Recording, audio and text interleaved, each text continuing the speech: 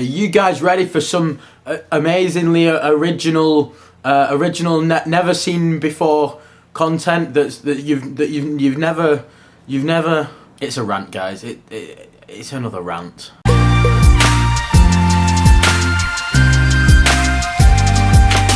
What is going on, everyone? I am some guy called Jack, and I have been on YouTube for a while now. Like, not just as a YouTuber myself, but even before I did all that, I was a long time viewer of it, so I've been here for a while. And in that time, I have seen quite a few things that make me weep for the future of this glorious platform. And I'm not just talking about this ooh, I hate Casey Neistat, controversial. No, I'm on about those people who use scummy tactics to try and make it big and to try and get to the top. Take, for example, the overdramatic YouTuber. Yeah, and they said I was annoying, and I said, yeah, well, so's your mum. Shut up! For f***'s sake. You know what? I'll tell you it straight right now. Most of these sniffing swizzlers wouldn't know real drama if it came and slapped them in the face. I mean, alright, to be fair, that was a joke from me. But I have seen people who take the most boring, everyday crap and just make it so that it sounds like this huge, world-changing, cataclysmic event. They could, I don't know, accidentally suck up a sock when they're doing the hoovering and make a story time video about, oh, I nearly lost a foot. Just sit down and shut up. I have got absolutely no respect whatsoever for that kind of... Oh.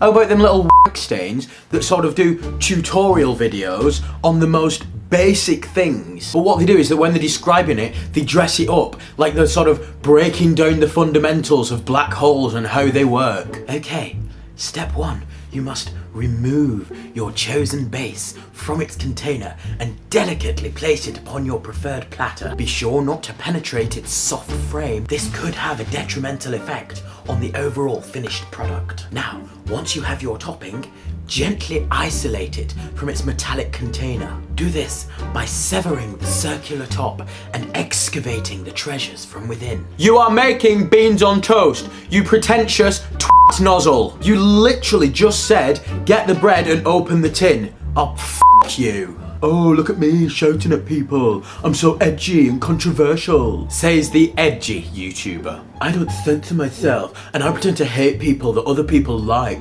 just so that I can rake in views and get people talking about my opinion. And I'm not just talking about this ooh, I hate Casey Neistat, controversial. And now we are getting to the real meat of the scummy tactics. The beck. Now, don't get me wrong, posting on social media or messaging your friends and your family and stuff like that and asking them to look at your content and subscribe to the channel, that's perfectly fine, there's nothing wrong with that. But then you get this. Oh yeah, great video, keep it up. By the way, check out my channel. Bullshit. You just know that that comment has been copy and pasted onto 100 different videos. That person hasn't watched your video. That person doesn't intend on watching your video. That person doesn't know who you are or what any of your videos are about. They just want to get as much traffic to their channel as they can. Oh, and it's even better when they comment on like a 14-minute video 6 minutes after it was uploaded. I mean, come on, mate, you're not even trying anymore. And now we get to the main course. This is a tactic so deadly, it warranted me to make a whole video around scummy YouTube tactics just so that I could talk about this. Forget malaria, forget Ebola, this is a new epidemic and it's on a global scale. Ladies and gentlemen, I present the sub for sub. Hey man, I'm a YouTuber. Want a sub for sub? Just seen your content. Let's help each other grow. Subscribe back. Stop! Enough! No, I do not want to sub for sub. It is f***ing useless. I mean, yeah, sure, your sub count will go up. Good for you. But none of those subscribers give a damn about your content. They are only subscribed to you so that you would subscribe back to them. Your view count will stay the same because nobody new is going to be watching your videos. These people don't care what you're uploading. Nobody new is going to be watching your videos. So now your view count and your subscriber count is going to be drastically at odds with each other. If I click onto a channel, and I have done this before, and I'm thinking about a specific channel that I'm not going to name, but maybe if this person is watching they'll think, oh, that sounds familiar, and maybe sort of wisen up on what they're doing. If I click onto a channel with over 3,000 subscribers, but yet each video has no more than 25 views, there isn't a video on there that's had more than 20 to 25 views, honestly, I'm not even going to look at the videos. At that point, it's really obvious that you've done sub for sub, and if you need to resort to that in order to get subscribers, then you obviously have no faith in your own content. And if you have no faith in your own content, then why the hell should I waste my time looking at it? I would be actively turned away from a channel who's been using sub for sub, and I'm fairly certain that I'm not the only one who feels that way. So now you've got yourself a group of people who not only are they not subscribed to you, but they are actively not wanting to subscribe to you in the future. But hey, at least you've still got that nice 4-digit number next to your channel name, right? That is until YouTube does its cleanse and takes away all your inactive subscribers, which at this point I'm fairly certain will be most of your subscribers. So now you're back at square one with hardly any subscribers, plus you've got people who are actively against subscribing to you.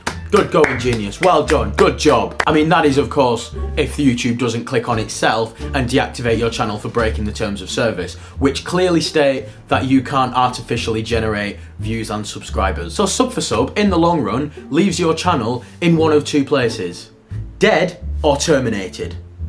Look, it's so much better to grow that subscriber number organically. I mean, yeah, I know it's slower, and I know it can be disheartening to go for like a period of time and see very little, if any, change to that number. But each time there is a change, even if it's just by one person, you get this, well, I don't know about anyone else, but I get this massive feeling of accomplishment because I know that I've legitimately earned it. I know that I have made something that someone has enjoyed enough to go down and click subscribe. But hey, I can't tell you how to live your life. If you want to go and do sub for sub, then by all means go for it, but you've heard what will happen now. I think whenever anyone sends me a message or comments on something asking for sub, I think I'm just going to send them a link to this video now and just say, just watch the last couple of minutes of that and tell me what you think. You know what, guys, spread this around to anyone who asks for sub, and can we please all just try and like work together and let this sub for sub epidemic die. I hope you enjoyed my rant about things that go bump in the night on YouTube, and it was mainly, you could probably tell by how angry I got towards the end rather than at the beginning. I structured this whole video around the fact that I wanted to talk about sub for sub but didn't know how to stretch it into making a full video.